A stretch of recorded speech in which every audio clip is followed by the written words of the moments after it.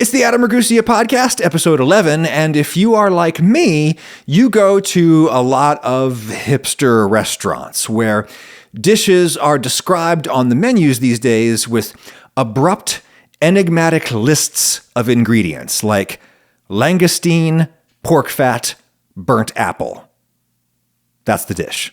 Or brill, white asparagus, morel. I didn't make those up. Those are both real. Those are examples from a restaurant in London called Muse by celebrity chef Tom Akins. Tom Akins, beardy McSpiky hair, handsome McFootballer. Here's his description of the dessert. Chocolate, orange. That's it. Chocolate, orange. Wouldn't it be awesome if he just brought you like a single Hershey bar and one mandarin orange segment on top? That was the dish. The Daily Mail called this possibly the most pretentious restaurant menu ever. I mean, no hate on Chef Akins, no doubt a great chef. And he is hardly the only chef doing this. Fancy restaurant menus have done a total 180 from a couple of decades ago when the norm was florid, positively pornographic descriptions of the dishes. Those kinds of descriptions have moved on to fast casual dining. You're going to hear about an erupting dessert at Applebee's in just a moment. This trend in how dishes are described on menus is just one of the phenomena documented by Dr. Alison Pearlman in her new book, May We Suggest? Restaurant Menus and the Art of Persuasion. Dr. Pearlman is an art history professor at Cal Poly Pomona, and to research this book, she ate at basically every restaurant in Los Angeles, which might seem like a small and or limited sample, but this is Los Angeles we're talking about, so that's a huge and diverse sample. And here is some of what she has learned. A list of ingredients, the menus that have just a list of ingredients are holding some information back from the guest, right? Leaving a little mystery, hoping that, that they have a guest in mind when they leave that mystery with just a list of ingredients. They have a guest in mind who wants to be surprised. How will the chef put together those ingredients? What combination what will it look like? And this is the exact opposite of a menu that you might, description of a dish that you might find, for example, in a casual dining chain like Applebee's, for example. And in fact, I have a couple of I have a description to read to you from that I have in the book of an Applebee's dessert. And we can really take a look at how this is constructed. So this is a dessert called Triple Chocolate Meltdown. First of all, the title. Then the description right under that is this: a magnificently moist chocolate cake. Its fudge-filled center will erupt upon first bite! Exclamation point. Served with vanilla ice cream and hot fudge. Now, let's take a look at this. Yeah. This is a description that is designed to be very evocative, very sensuous, moist. It's very textural. You've got, descriptors like moist and then erupt upon first bite. So it's all these textural descriptors in there. And it also tells you exactly what the dish will look like when you get it. So there's no mystery, even though there's a lot of sensuality in it that's designed there. The total opposite of that is a sort of hip vanguard small plates menu restaurant that I went to called Ink. It's no longer there, but this is the dessert from that restaurant. This is it: mountain yam, caramelized white chocolate, popcorn, coconut. Okay, so this is, poetry. It's enigmatic, but it's also very sensuous, right? It's the juxtaposition of those, and the surprising juxtaposition, right? It's, oh, how are we going to put together popcorn with coconut? What's mountain yam? All of these things that are the opposite. There's a sense of mystery there. So on the one hand, with the Applebee's, we have a menu that wants to handhold. It doesn't want the guest to be surprised, but it wants the guest to be tempted, just not surprised. On the other hand, we have a restaurant with mountain yam dessert that wants the guest to be surprised. The guest expects to be surprised. And so the menu lets that happen. And, the guest can afford not to have choice. I mean, this is the sort of irony, right, of the whole situation is when, 40 or 50 years ago, it was a luxury to have all the choices in the menu in the world, and now it's the great luxury to give up choice. And think about how many choices people are making all the time. You go to the supermarket, there's 50 different yogurts on the shelf.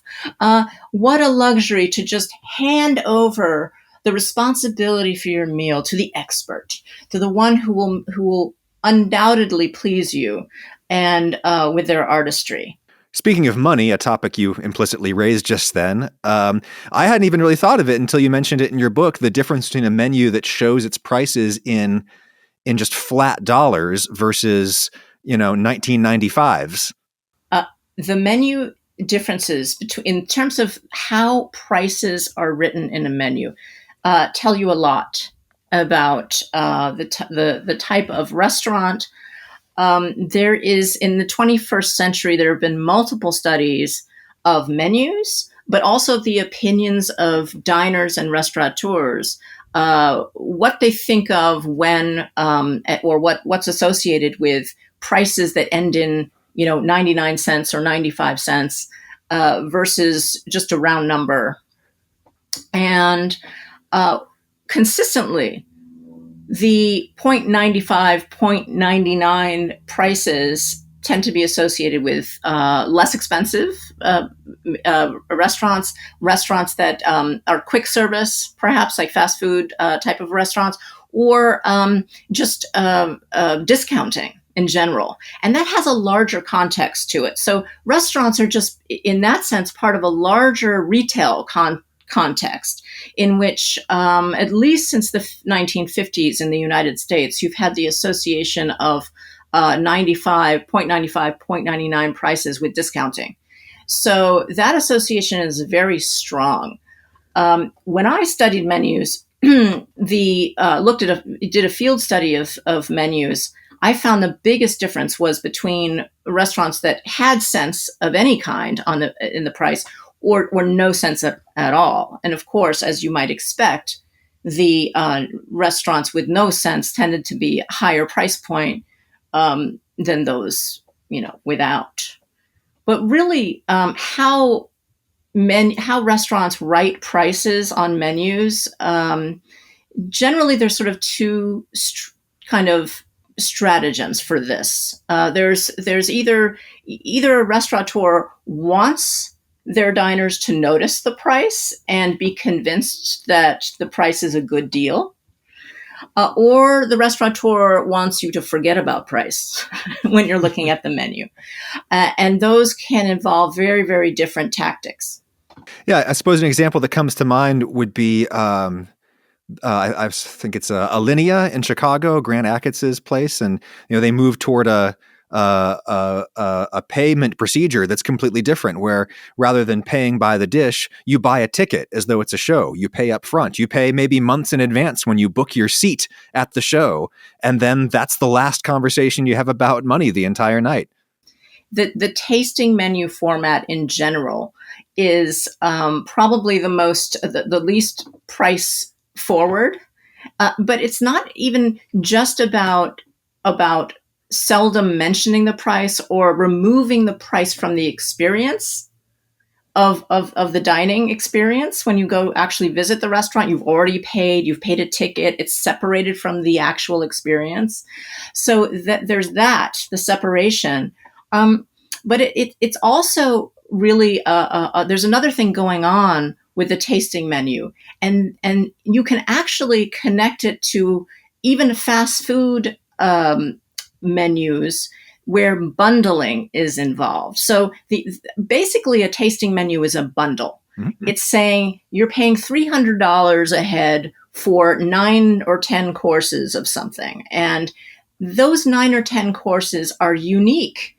They're incomparable. You can't say $300 is not is too much or not for what you're getting, this work of art that's a unique thing, a list that you're not going to get anywhere else. Well, you could say the same thing about Burger King doing a 2 for $5 deal that you cannot compare to any other fast food restaurant, or even the deal that it makes the following week.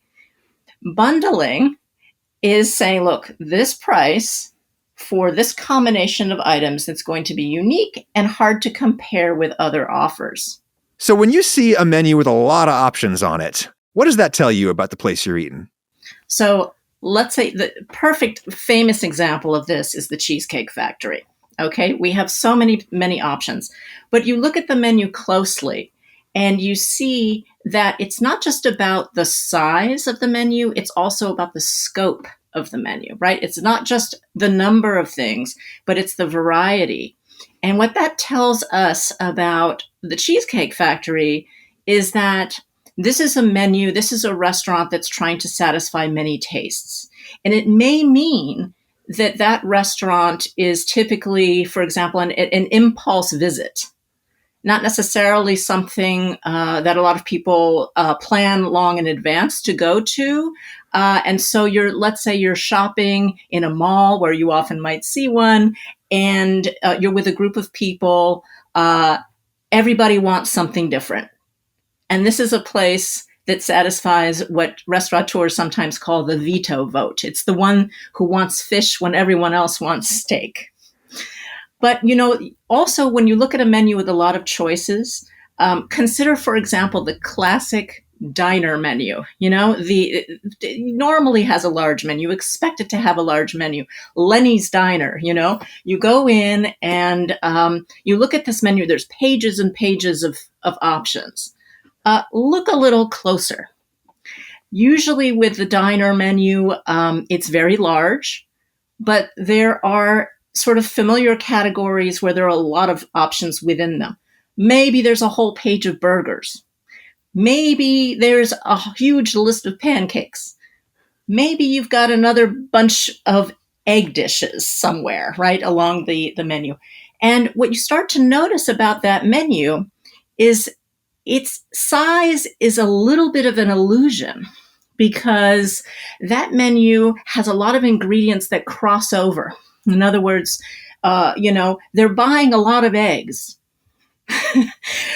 They're buying a lot of beef for the burgers, but and then they've got a lot of toppings that may be variety, but it's actually not as large of a menu as you may think when you see all these pages. I suppose another example of the sort of illusory huge menu would be your classic Chinese American joint that has, maybe even hundreds of options, but they're all very, very slight recombinations of the same set of core ingredients. Are there examples of restaurants that you came across in your research where the menu was legitimately huge, like lots of completely different dishes? Well, absolutely. I mean, and there's a famous restaurant in Los Angeles called Jeet Lada, which is a Thai restaurant, a very acclaimed place. But they have a gigantic menu, at least 252 items when I went there, and it's famously long menu. Now, of course, there are a lot of crossover ingredients there, right, to make it practical. But at the same time, you also notice when I went there, there were little plaques all throughout different parts of the restaurant that actually said kind of tempered the expectations of customers about how long their dishes would take, saying, our food may take a while, but it's worth it. And people give them the benefit of the doubt because they're so acclaimed. They have such a long story in Los Angeles. People are willing to wait for very long time for their food. So this is sort of an exceptional place with a long history. And that's something, too, about the context of the restaurant, the history of a place, its reputation can also bring customers who are prepared for whatever that restaurant is, whatever inconveniences they might bring you. It's worth it. Well, you could argue that the opposite of a very large menu is no menu at all. Places where you just walk in and whatever the chef is doing that night, that's what you're going to get. And you characterize this in your book as the privilege of submission. Why do you view it as a privilege? The tasting menu is the menu of no choice, right? You might have a choice in drinks, but not in food. The tasting menu is the privilege of submission for both the restaurateur and the diner. Privilege for the diner because usually this is a kind of a select group in terms of just the expense of going there. There's a privilege involved there. There's a willingness on the part of that audience to accept what the chef has to offer, a trust in the kitchen, a respect for the chef's cuisine that they're willing to gamble on the meal, right? But for the restaurateur, also it's a privilege because there are very, very few restaurants, very few chefs that can afford themselves to only offer a tasting menu. So those places that only offer a tasting menu, nothing else, tend to be places where the chef has earned a reputation and that they can actually get by, that business can actually work because they have a lot of not just local customers, but gastro tourists who come and supply them with a number of customers all throughout the year. So you think it's purely a feature of the era of celebrity chef? It requires submission to the chef and the reputation of the chef. It requires that respect for the chef and the trust in that kitchen to say, you make the choices. I trust you. Bring me whatever you've got. And in fact, a kind of auteurism, right? This idea that the chef is an artist. You don't tell an artist what to do. It's a reverse of the past, right? It's a reverse of the past in which the customer's privilege was the privilege of choice. Whereas here in this situation, the complete opposite has happened, where it is instead the diner shows their sophistication by their choice of chef and the willingness to allow that artist to impress them. Let's talk about other aspects of menus beyond the dishes that are offered on them. The materials. What does the material say to you when you go out to eat, if your menu is plastic or paper or what else it could be nowadays? Materials are the choice of materials for a restaurant normally depend on two main sort of factors. One of them is how durable does your menu need to be? The other one is what genre does the restaurant want to associate itself with? So, think about plastic. Plastic is a material that is, whether it's plastic cover, a plastic sleeve, a coating over paper. Plastics are excellent ways of protecting a menu. And that's why you tend to find plastic menus, especially the thick plastic, stiff and thick plastic menus in places that seldom change their menu. That maybe also have a lot of children visiting. And or there may be places also that where the genre that they're either trying to associate themselves with, like a bistro, for example, or a diner, even if it's a chefy hip place, might revert to plastic because it's a genre expectation. So there's that element of conventions and genre that's always part of the mix with choices of materials, but also this idea of durability. The trifecta of durability is the seldomly changed menu, the children visit the restaurant, and a long menu that needs to be protected. So what if we look at the opposite, a menu that is not durable in the slightest, the weakest of paper? What does that tell you about a restaurant if you get one of those? If you have a paper menu that's just a piece of, copy paper that's easily destroyed, you're most likely in a place that changes the menu frequently. You're maybe it's also a casual thing to do, to have a menu that's just a common piece of paper, like a copier paper. But there's such a universe of papers. There's such a universe of plastics. So we have, for example, with what about a very textured, thick, hard, substantial cardstock with a ragged edge? I mean, these are cues for luxury. The texture of materials, even plastics, can be very high end. Think about, there's one example of a restaurant that I went to as part of the study for my book that had very high end. It was at the time one of the most expensive places in Los Angeles. It had a plastic covered menu, but this was no ordinary plastic. This was architectural vellum, which is essentially it's what architects use for drafting, and it's a plasticized paper.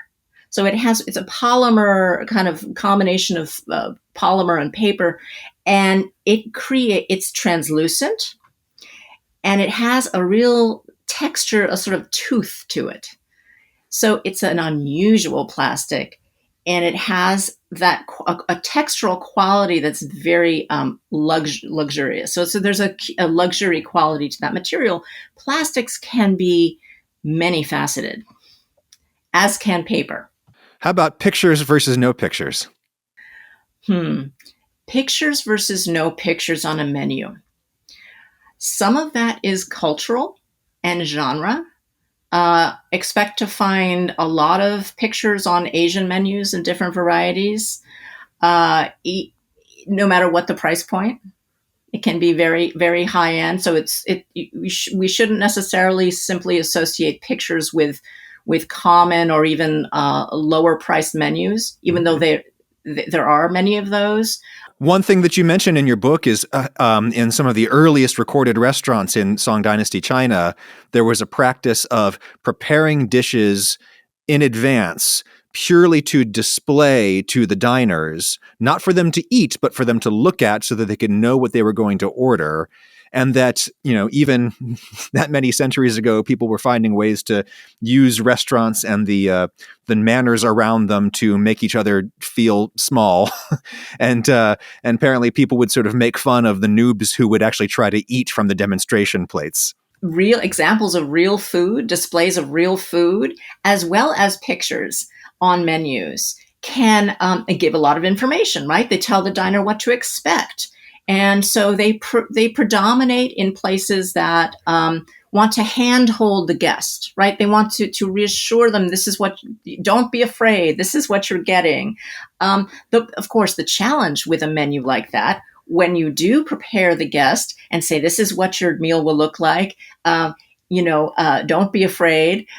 What you're also doing is setting expectations. So beware.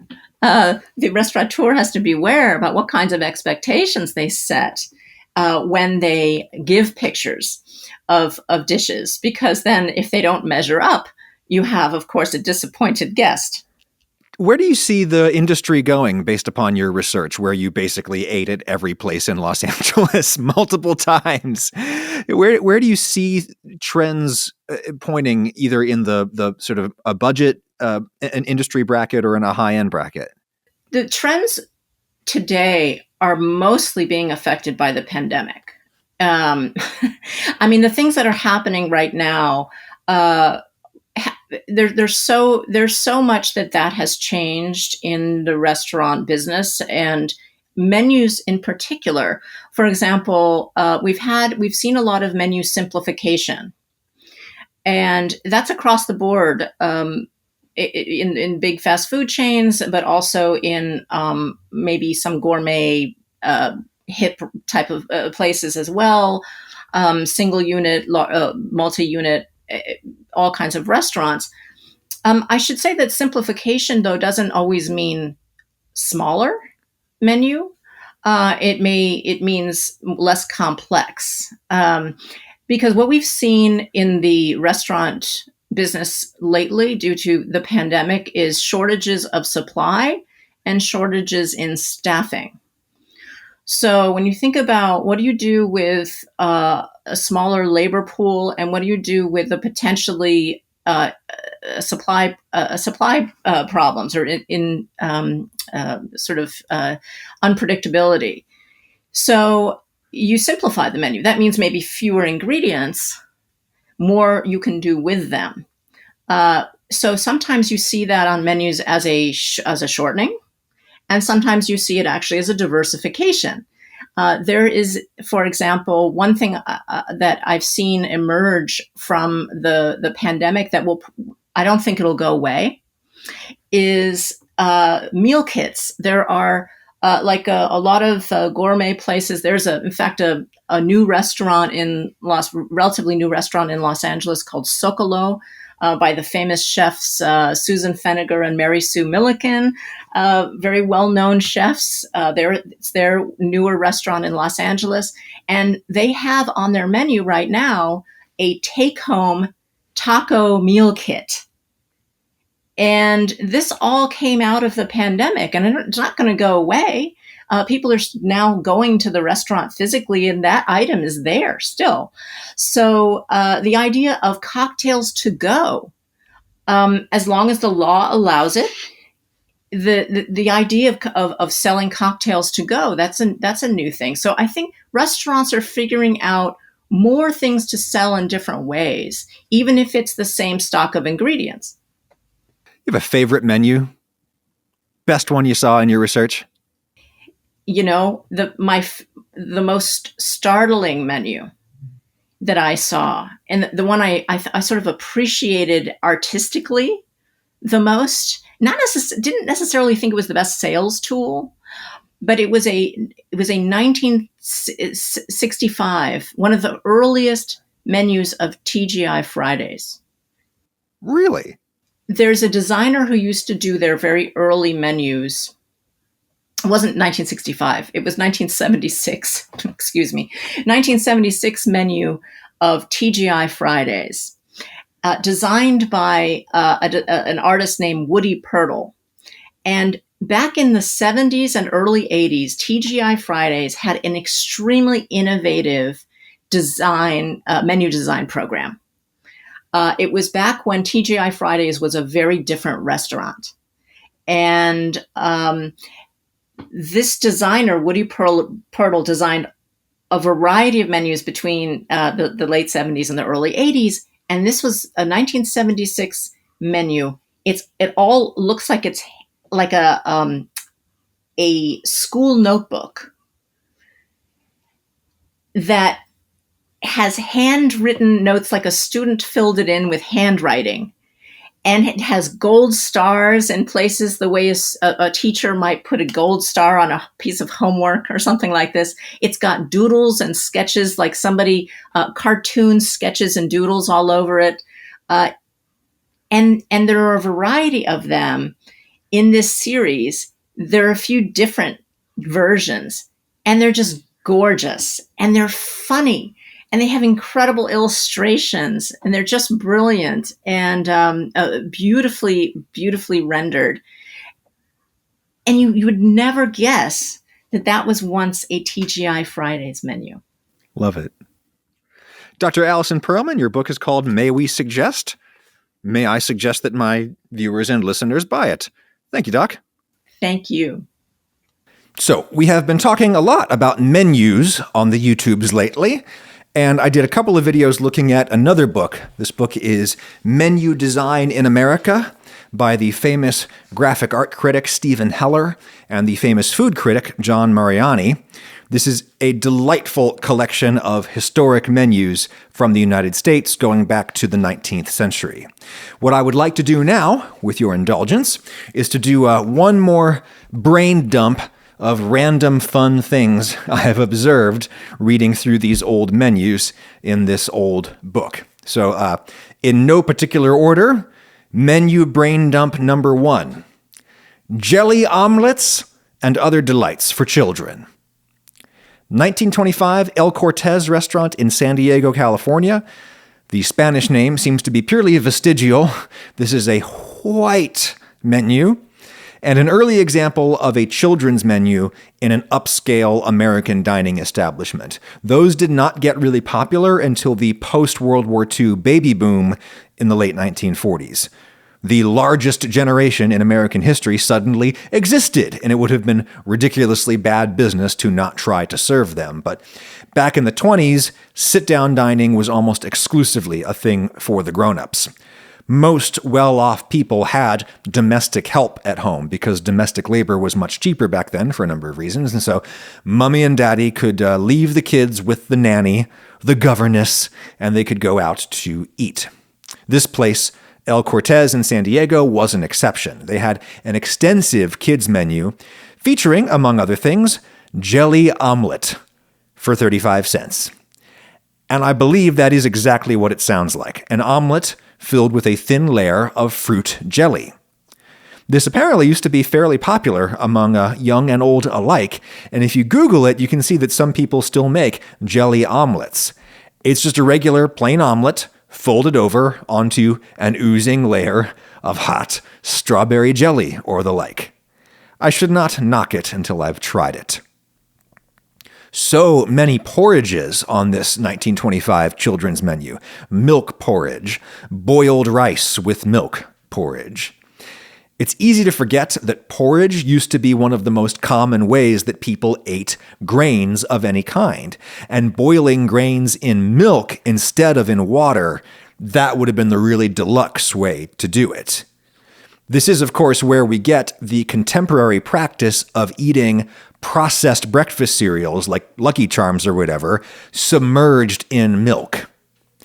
I hadn't thought of that until recently, but that practice comes from the much older practice of boiling your rice or your oats or your wheat kernels or whatever in milk or water until soft and then eating it as a porridge. You had to do that to make cereal grains soft enough to choke down and then digest. Nowadays, breakfast cereals are pre-cooked, mashed into a smooth paste, and then reconstituted into little O's or little letters or little flakes or whatever, and then they are baked. And then you pour them out of the box and you can just crunch them if you want. You do not have to get them wet in order to eat them, unlike the grains of old that you had to get wet in order to choke them down. My kids refuse to put milk on their cereal. They just crunch it. Maybe the practice of wetting cereal with milk finally dies with Generation Alpha. Generation Alpha is what demographers are calling the kids of millennials, such as myself. Millennials are Generation Y. Most people listening to this right now are Generation Z, which is the end of the alphabet, so we cycle back around to Alpha for my kids. Anyway, kids in the 1920s were definitely still eating porridge. And here's a funny one from that El Cortez menu. Diced buttered toast in cream. Diced buttered toast in cream. I'm assuming that's exactly what it sounds like. Seems super weird until you consider that it is a riff on old school porridge, grains boiled into mush. Diced buttered toast in cream is every bit an evolution of porridge as Lucky Charms in milk is an evolution of porridge. though butter in cream. That's a lot of dairy fat. Growing boys and girls. Speaking of milk, another children's item on that menu from 1925 is poached eggs in milk. Did they poach the eggs in the milk? Or did they poach the eggs in water or something and then serve them floating in milk? Or did they poach the eggs in milk and then serve them in the poaching milk? That seems like the most logical thing to do. Beverages on this menu: orange juice, pineapple juice, prune juice, and fruit juice. What's in the fruit juice? Oranges are fruits, pineapples are fruits, prunes are dried fruits, so why wouldn't you specify which fruit is in the fruit juice?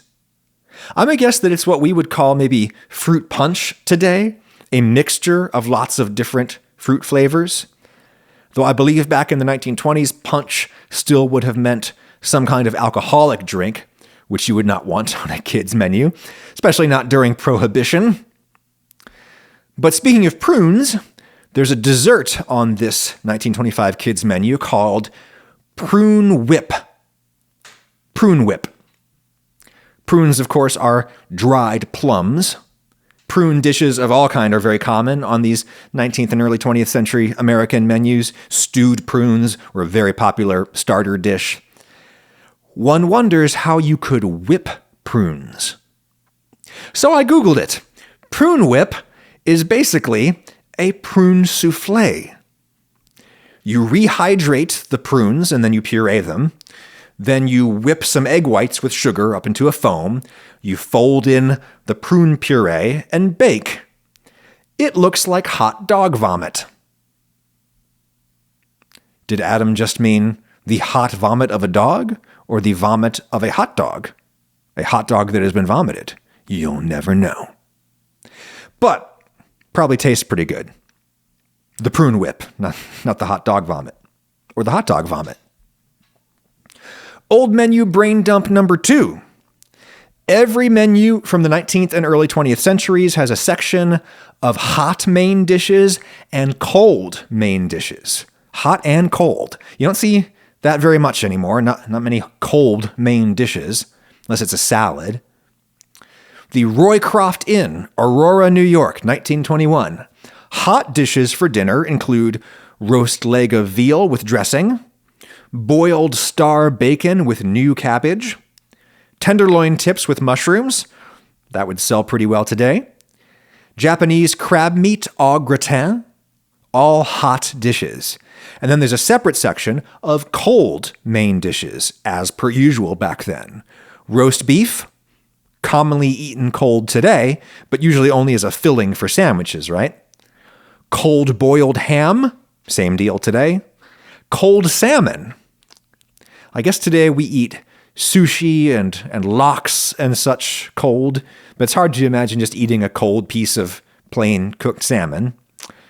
And then on the menu, there's the cold pickled pig's feet. No comment. Old menu brain dump number 3. Also on this menu from the Roycroft Inn, 1921, tea, coffee, cocoa, milk, and postum. What is postum? Postum was a big hit caffeine-free alternative to coffee that was made of roasted grain, pounded into a very fine powder, and then dispersed in boiling water to make an instant hot beverage. It was made by the Post Cereal Company, Postum, and it is still made by the Post Cereal Company. How have I never heard of this before? Apparently quite popular among Mormons and Seventh-day Adventists who, of course, abstain from caffeine. The Post Company used to advertise this product as a safer alternative to caffeine and coffee. The spokes character for the product was Mr. Coffee Nerves, a cartoon ghost who would appear in situations where people were ostensibly suffering the negative effects of caffeine, such as irritability. And these people would inevitably switch to Postum, and poor Mr. Coffee Nerves would be banished onto the next cartoon. Old menu brain dump number 4. Salted nuts. Especially if you go back to the 19th century, it's amazing how often you see things on the menus of really, really fancy restaurants that would be regarded today as an insult to throw down on the table to a paying customer. Plain salted nuts as an appetizer, or plain fresh fruit as a dessert. These things are so common today that we regard them as cheap snacks that you would buy at the grocery store and eat at home. But back then, they were pretty precious treasures, especially the fresh fruit, I imagine, especially out of season. I wonder how good a lot of that fruit actually was, being shipped up from God knows where. In the 19th century US, there was usually one section of the menu called pastry for the cakes and the pies and such, and then there was another section of the menu called dessert. And the dessert section was mostly just like apples, grapes, plums, raisins, almonds, maybe ice cream. I wonder if people had a pastry or a dessert, or if they had a pastry and then the dessert of plain fruits and nuts. I don't know. Old menu brain dump number 5, the fifth and final. 2 follow-ups, actually. In my video from last Monday, I mentioned an 1847 Chicago hotel menu with the following words inscribed on the bottom. Each waiter is provided with wine cards and pencil. Why would you need to mention the pencil, I wondered, in that video? Well, viewer Ouchie looked it up in a book called History of Saratoga County, New York, by Nathaniel Bartlett Sylvester. Quote, to prevent mistake arising from waiter not understanding the names of gentlemen calling for liquors at the dinner table, each waiter will be provided with cards and pencil. Gentlemen, when they want anything, will demand a card and pencil and insert it thereon with their signature. End quote. So I gather you would write your name next to the wine that you wanted. And that would allow the waiters to keep everything straight, assuming they know your name, which I don't know how they would. Do people have name tags? Otherwise, it seems like a good system, especially because it would relieve you of the pressure of having to pronounce the name of the wine that you want in front of everyone else at the table, all the other gentlemen. Another follow-up. I mentioned in that video an early Chinese-American restaurant menu from Los Angeles, from the Grandview Garden, circa 1922, a place with chop suey and egg foo young and pork chow mein and all of those other not actually Chinese dishes that were invented for American diners by mostly the children of Chinese immigrants who came to California to labor on the railroads. Anyway, at the top of this menu was a big note in all caps. Right act is strictly enforced here. I mentioned in the video that the Right Act was California's state-level equivalent of the Volstead Act, which was the federal law in the United States that banned alcohol, a period of United States history known as Prohibition. What I didn't say in the video, because I didn't know it at the time, is that there was a particularly good reason why a restaurant like the Grandview Garden in Los Angeles would need to say, we follow the prohibition law here. We do not serve any alcohol, so don't ask us. It's because many of the early Chinese-American restaurants evolved from tea gardens, tea houses. That's why it's called Grandview Garden. Tea gardens or tea rooms were establishments that primarily sold tea, of course, but during Prohibition, a lot of them became places where you could get something a little stronger than tea, if you catch my meaning. Wink, wink, nudge, nudge, say no more, etc., etc. So yeah, if you were running a tea garden in the 1920s that actually only sold tea and food, you would need to put on your menu, Right Act is strictly enforced here, so don't ask us for any hooch.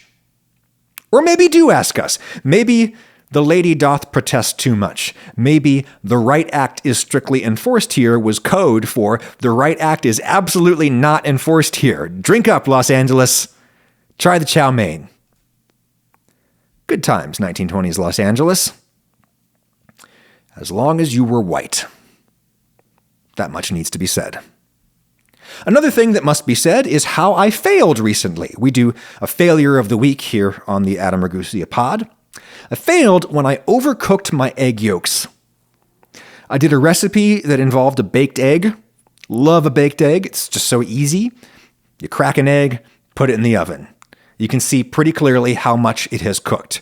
When the yolk is just starting to go cloudy, it's probably perfect. If you want a runny yolk, which of course I do. And even if you don't want a runny yolk, you can just reach in the oven and touch the yolk to assess how firm it is. You just got to pull it out a little before it's done to your liking, because it's going to keep cooking between the time when you pull it out of the oven and when you actually eat it. Anyway, I was doing the baked egg. And the problem with me and how I cook is that very often I am doing it on camera. And I'm always working alone, which means I can't just cook.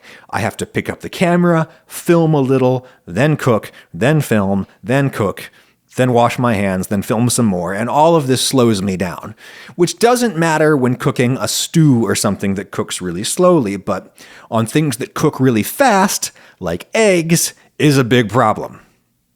So I got the eggs perfect in the oven, just starting to go cloudy. I filmed that, and then I needed to film the eggs coming out of the oven. So I moved the camera, moved the lights, did a test shot to see if my exposure settings were correct, which they often are not. I often overexpose very light-colored things, such as eggs.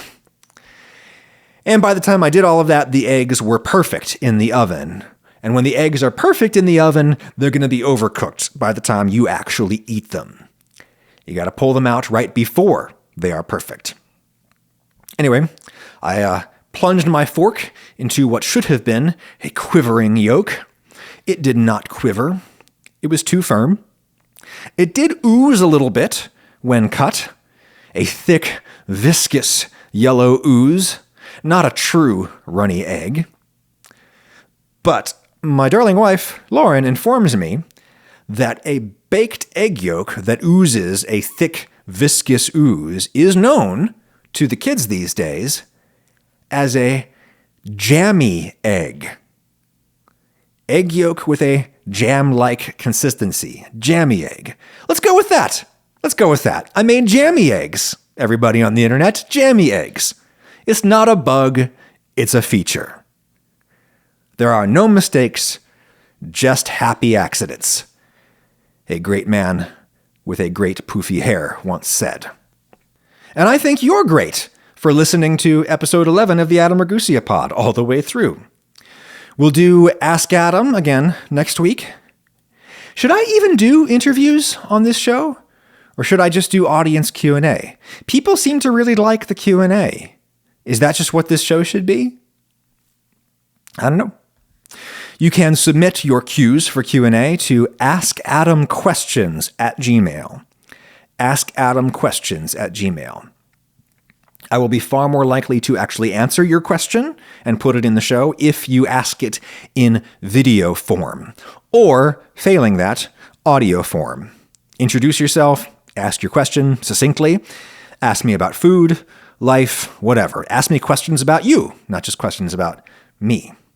Do me a favor and put a quick summary of your question in the subject line or the message body, askadamquestions@gmail.com. Subscribe to the Adam Ragusea pod wherever you get podcasts. Spotify, Apple Podcasts, Google Podcasts, wherever. It's all there. If you want to keep watching the show on YouTube, that's just fine. I have ordered a green screen so that maybe I can make my pod corner in the basement look better for YouTube. What should I project onto the green screen? Let me know. Talk to you next time.